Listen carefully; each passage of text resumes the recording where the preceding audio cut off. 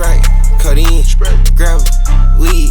Yo, what's good, y'all boys, man? Mool again. I'm back again with another video. Today we reacting to the fall of Trippie Redd. Last time I reacted to this dude's vids, I got mad hate for saying Bobby Shmurda fell off. Nigga, he did. Although hip-hop stardom can be painfully short-lived, some rappers manage to survive through various trends and eras, adapting their style and retaining what made them special even as sounds and tastes change. At times, even an artist who seemed to be intrinsically linked to one particular movement can outlast his contemporaries who've either dipped in popularity or tragically passed on to become one of its sole survivors. Everybody from my era is gone. They all passed away. Everybody that was, you know, coming from the time period I came from, I was the last one. But now, through a combination of personal woes and professional errors, it looks like Trippie might be about to finally draw the curtain on the SoundCloud emo rap movement by dropping the ball and putting his position as its long-lasting success story in jeopardy.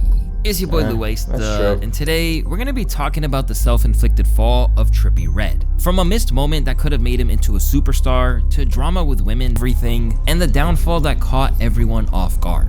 At the moment, it seems like Trippie can't do anything right. Whether he's being clowned for his relationship dramas, or his instance that he's still killing it musically when everything points to the opposite being true, even the Canton, Ohio artist's most devoted supporters are starting to look at him in a new, unfavorable light.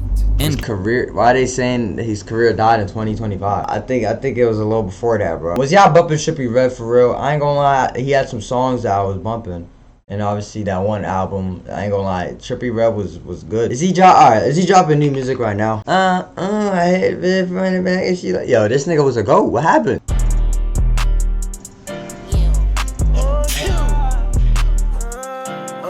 The beat not even bad. Bless me, shawty gon' stress me. Yeah. She like the way that I do it. It's amazing, it's okay, I get to it, count the cash, hold on. It's okay. Just another day, just another fucking back end, and I'm with your bitch. I don't like that. That beat hard as hell though. I might take that. I do like the first part. I don't know, he just never actually changed his sound, that's the thing. Now, they wonder if it's just nostalgia, or the lingering hope that he'll recapture what made him so special in the past. We all got hooked on his music when we were younger. Now it's just second nature to check his catalog, even if you don't care as much anymore. Okay. But this didn't happen in the blink of an eye. Instead, the hate and general disinterest which Trippie faces now is a product of a whole host of bad decisions, which the young, idealistic, and passionate man who first broke into the genre probably wouldn't have believed he'd ever make. The young kid, lesser known as Michael White, kickstarted his journey through hip-hop when he started dropping songs at the age of 15. Specifically his breakthrough song called Angry Vibes, which made waves in his local area. In an interview with Vice, Trippie claimed that this song was one of the first ones that really popped off for him, where he began getting noticed at places such as malls, as the track was so lit that he would, quote, make people break their floors at parties and shit. But as much as that early recognition was probably a thrill, fame didn't seem to be his driving force to get involved in the art form. Instead, it was to pay homage to a lost loved one who had dreams of becoming a rap star. So what got you into music? How'd your journey begin?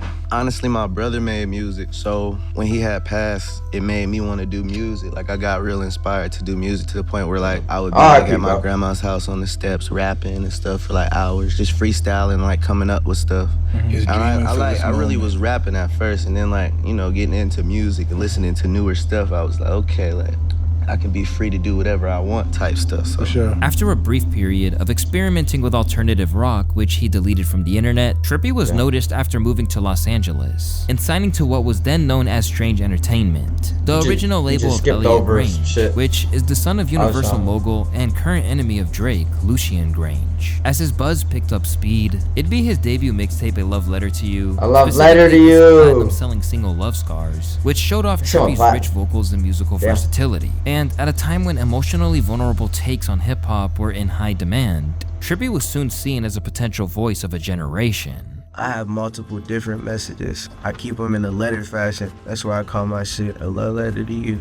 I just want the youth to live and be happy, you feel me, be happy with life.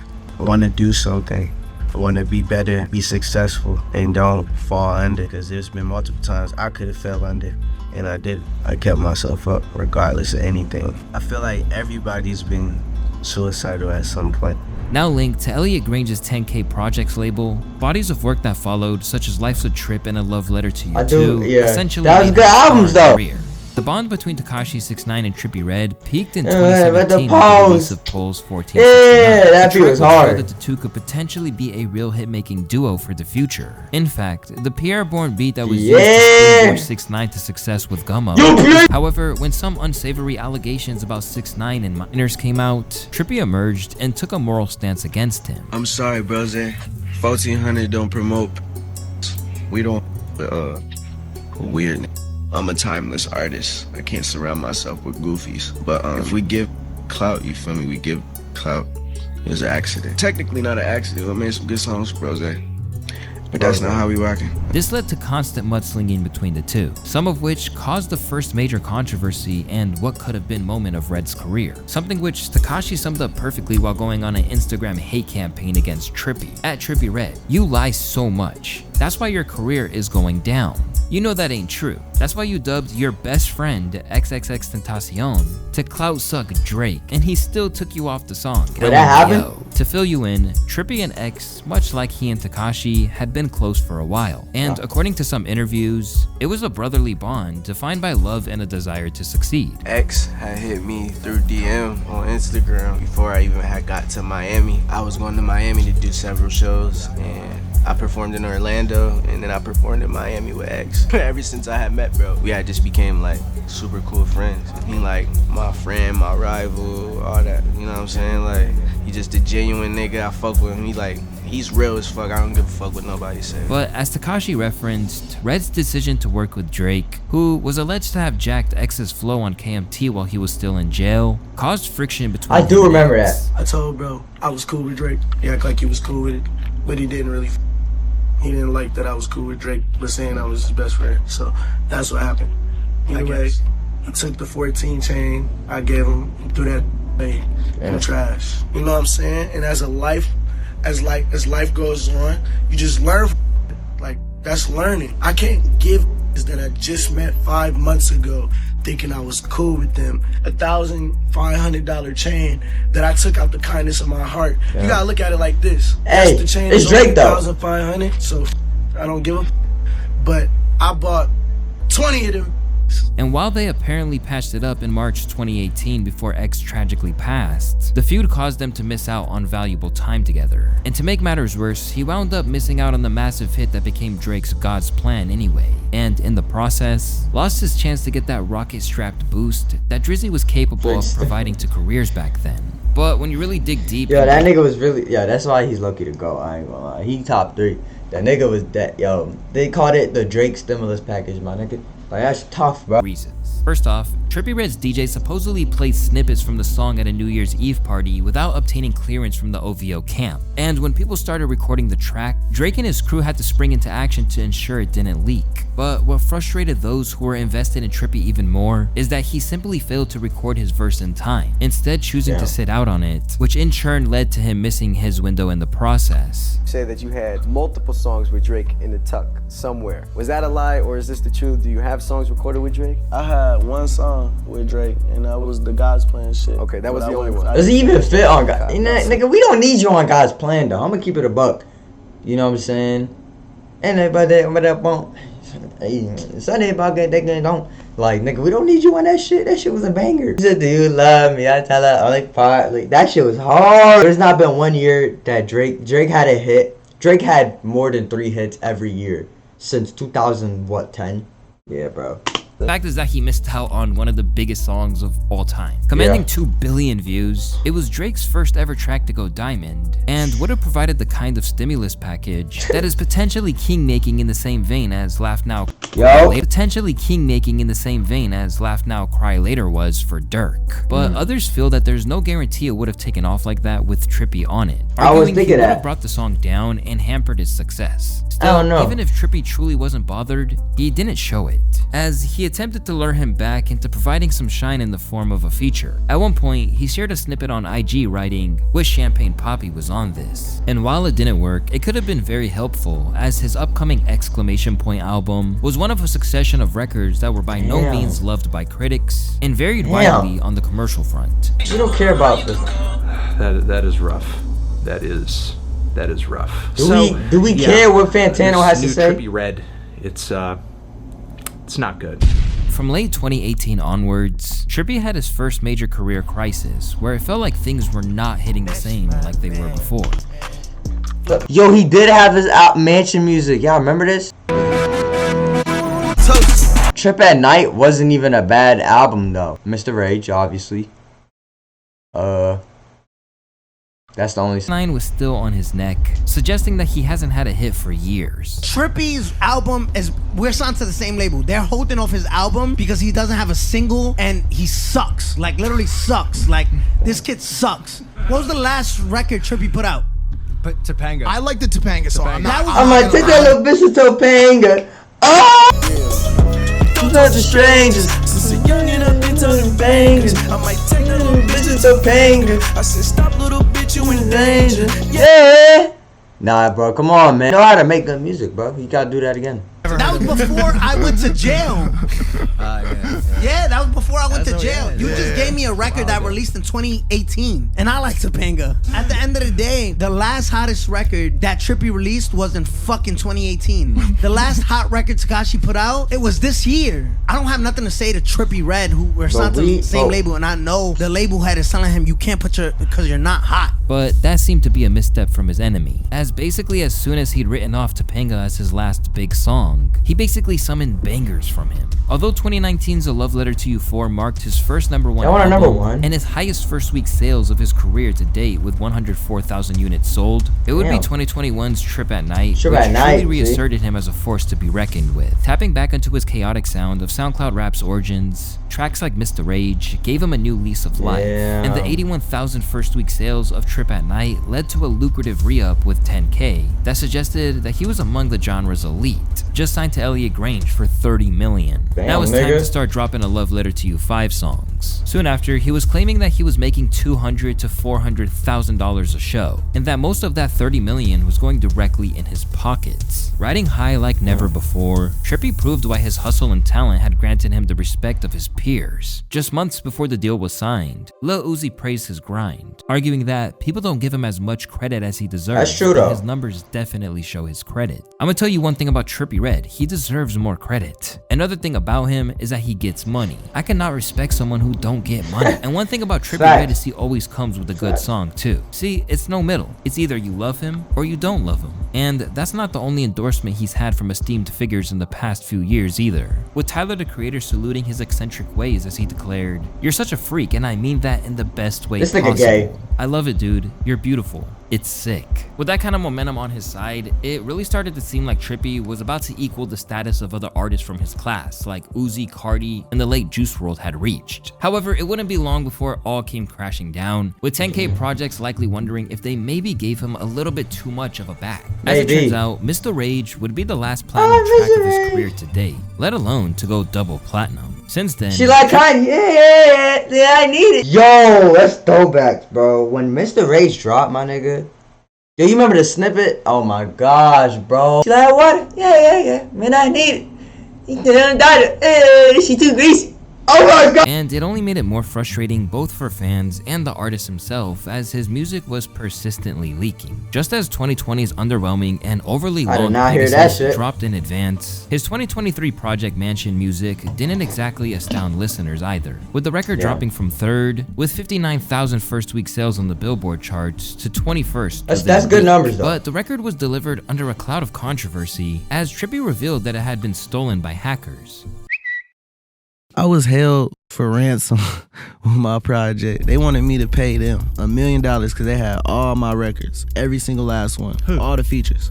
Some hackers. Wow. They had all my songs, so I had to rush the project out. And then on top of that, the Travis song, I had it, but I didn't have the session. So That's what Travis sent to me. I didn't mix it. My engineer didn't mix it. That's what Travis sent to me. And you just had to run with it. I had to run with it because if I didn't, the whole project was gonna release and it would have been a big thing. And this has been a big thing. Like, they have been hacking and leaking like crazy. Like, at least my last 2-3 albums, I don't know how they do it. Pegasus, it probably leaked 2 months before it dropped, bro. Much like he missed out on the Drake feature, the result was an unfinished record and one which sounded disjointed with half-mixed tracks, up being the worst performing single that LaFlame had featured on since 2019's Power is Power from the Game of Thrones soundtrack album. From there, things would go from bad to worse. Later that year, St. Michael EP registered 7K first week sales, with its deluxe failing to even make the charts. Bro went 3 times aluminum.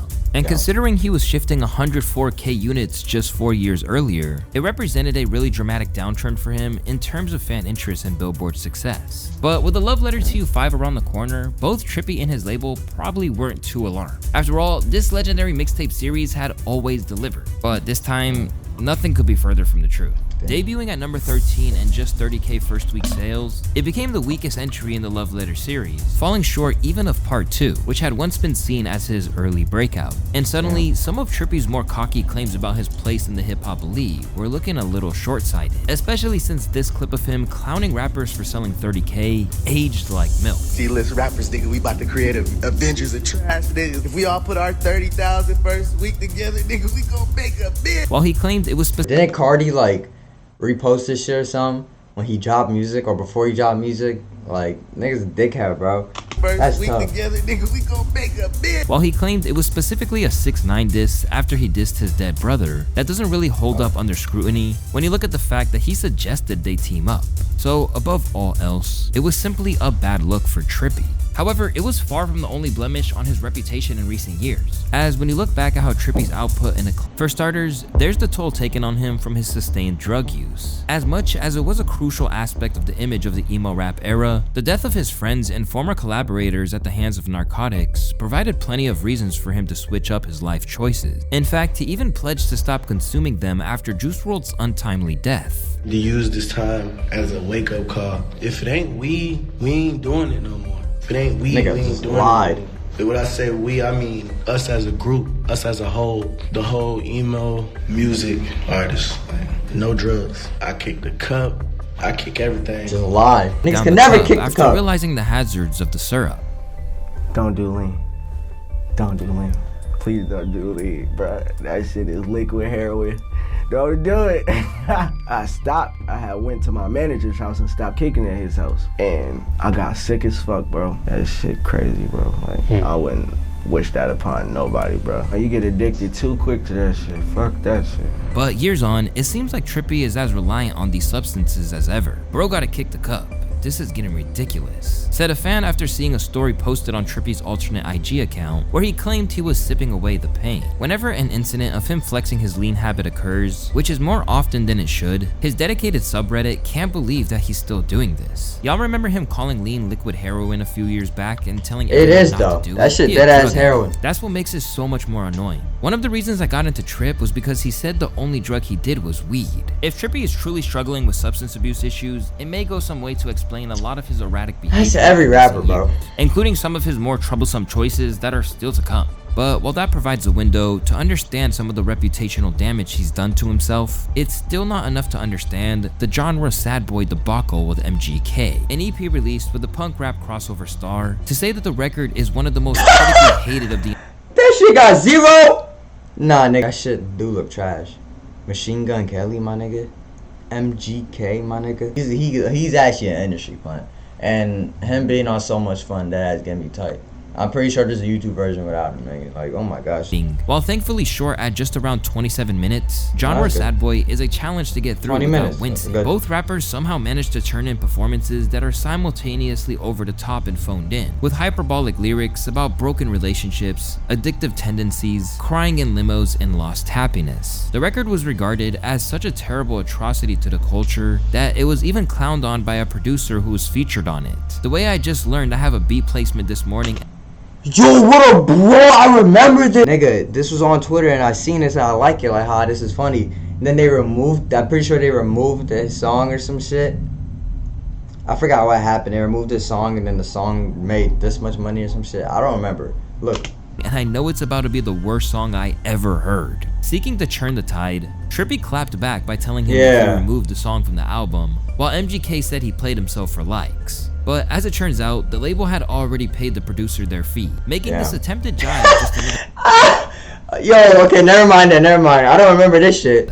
Including the fact that their combined star power only mustered 17,000 units. Sheesh. But if there's any factor that has contributed to the general sense that his time in the sun is over, it's his issues with his dating life that have painted him as a pretty terrible individual. Like many young, rich, and famous men, women have been a persistent problem for Trippie since the outset of his career. Back in the day, he was portrayed in a hypocritical light by Bad Baby, following his hardline stance against Tekashi, when she revealed that he slid in her DMs when she was still underage as well. Since then, his fans have witnessed revealed that he slid in her DMs when she was still underage as well. Since then, his fans have witnessed how cyclical it's all become, even making fun of it. Trippie be like, 2020, I'm so sad and broke, I need a GF. 2021, I found the wife of my life. 2023, I cheat, sorry to be like this. 2024, I just found the one. 2025, I just cheat, I don't give a fuck, I'll do it again. And by now, it's fair to say that they're a little sick of it. Then it repeats. Man, I thought Trippie was a real ass dude, but he turned out to be your average goofy. And while it may seem like an exaggeration, this is an area of Trippie's life where he is immune to learning his lesson. Just a few years ago, he seemed to have met the one in Sky Morales, only for him to screw around on her. This is something he himself revealed in an extensively long deleted Instagram post where he publicly apologized for cheating on Sky. And to save you the trouble of having to read this, ladies, you know me, I ain't a cheater, you feel me? I'll never cheat on my girl, that's not right. Cheating is whack. Rapper and former flame, leray. To explain their history in a nutshell, Koi and Trippie went out long ago and engaged in a messy breakup, with Koi left hurt by him naming songs after her and referencing their relationship and lyrics after the breakup on A Love Letter to You 4. This included scathing bars like, "It was love at first sight in misery after 2 months, always feeling fucked up either by love or no love.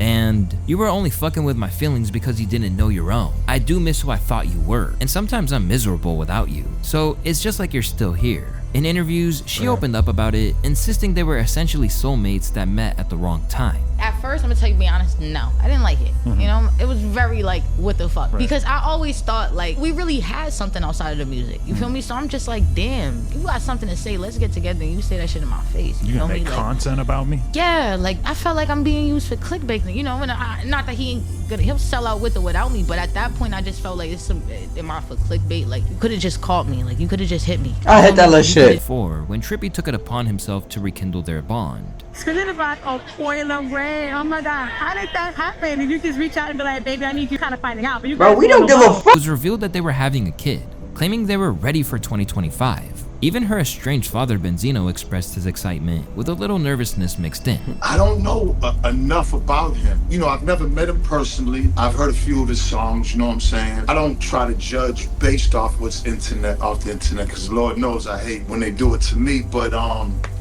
yeah, this is a different moment right now. Man, first I want to congratulate both of them, and my daughter's having a baby. This is by Trippie Redd. Like, wow, huh? Yeah, I ain't gonna lie. What would y'all do if you know, your daughter got pregnant by Trippie Redd, my nigga? You see what I'm saying? Like that's bad looks. I'm gonna be a hell of a grandfather. But within 2 weeks of the news breaking, everything came crashing down when it became clear that he was up to his old tricks. Nothing worse than being cheated on. I wouldn't wish this pain on my worst enemies. Soon, it came to light that Koi had found out after she caught him red-handed, with some gossip pages speculating that she had to engage in a little espionage to find out. They were broken up already or taking a break or whatever, and then of course he wasn't loyal to her on that break, and he said he's found out she fucks. Yo, niggas in relationships taking a break, everybody get cheated on, my nigga. Like, bro, you taking a break, you might as well just leave, my nigga. Cause they're taking a break, they tired of you, they want new dick. Hey, bro, the rest of it is talking about relationships, I guess. I don't give a fuck about that shit. Hey, bro, y'all still bumping Trippie Redd? If you drop an album, y'all listening?